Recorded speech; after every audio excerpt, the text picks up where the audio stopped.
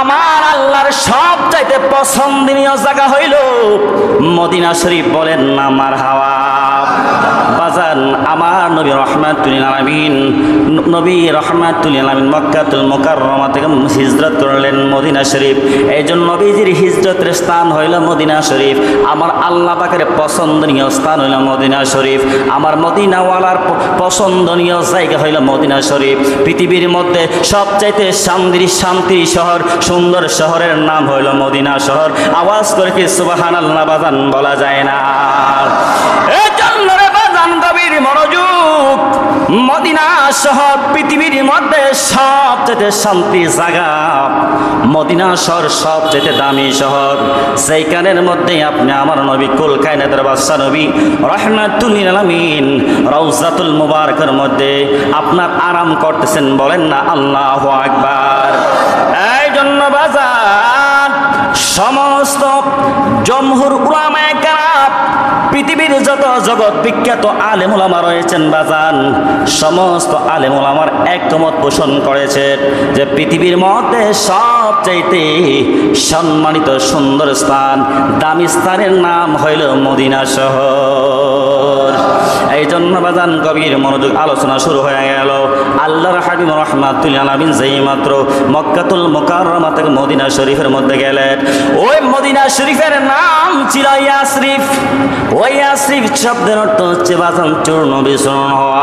ইয়াসরিফ আমার নবী রহমাতুল আলামিন যেই মাত্র মদিনা গেলেন, আমার নবীর নাম হলো মুহাম্মদ। ওই মুহাম্মদের মন দ্বারা বানায়া দিল আল্লাহ মদিনা শরীফ। আরে মক্কা ছিল, মক্কা যা আমার নবী রহমাতুল আলামিন আসার আগে মক্কার নাম ছিল বাক্কা।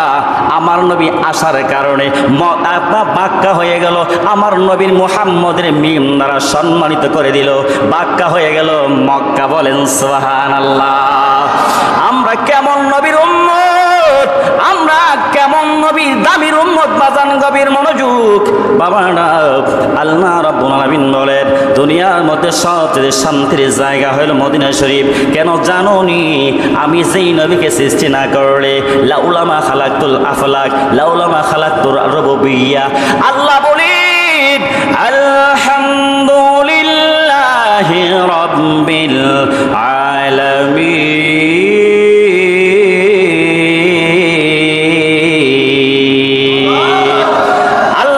ফাতিহার মধ্যে বয়ান করতেছি, ও দুনিয়ার মানুষ, তোমরা তো সব সময় আমি মালিকের শুকর গুজার করো, শুকরিয়া আদায় করো।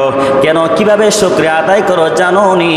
কিভাবে তোমরা আমি আল্লাহর শুকর গুজার করার সুযোগ পেয়েছো তোমরা জানোনি?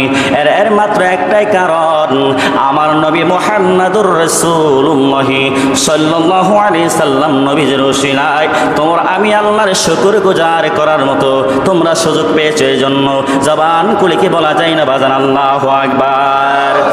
এই জন্য বাজান গভীর মনোযোগ, আমার নবী রাহমাতুল লিল আলামিন বয়ান করতেছেন আন আবি হুরায়রা আনিন নবী সাল্লাল্লাহু আলাইহি ওয়াসাল্লাম মা বাইনা বাইতি মিনবারি রাউদাতিন মিন রিয়াজিল জান্নাহ ওয়া মিনবারি আলা হাউদি।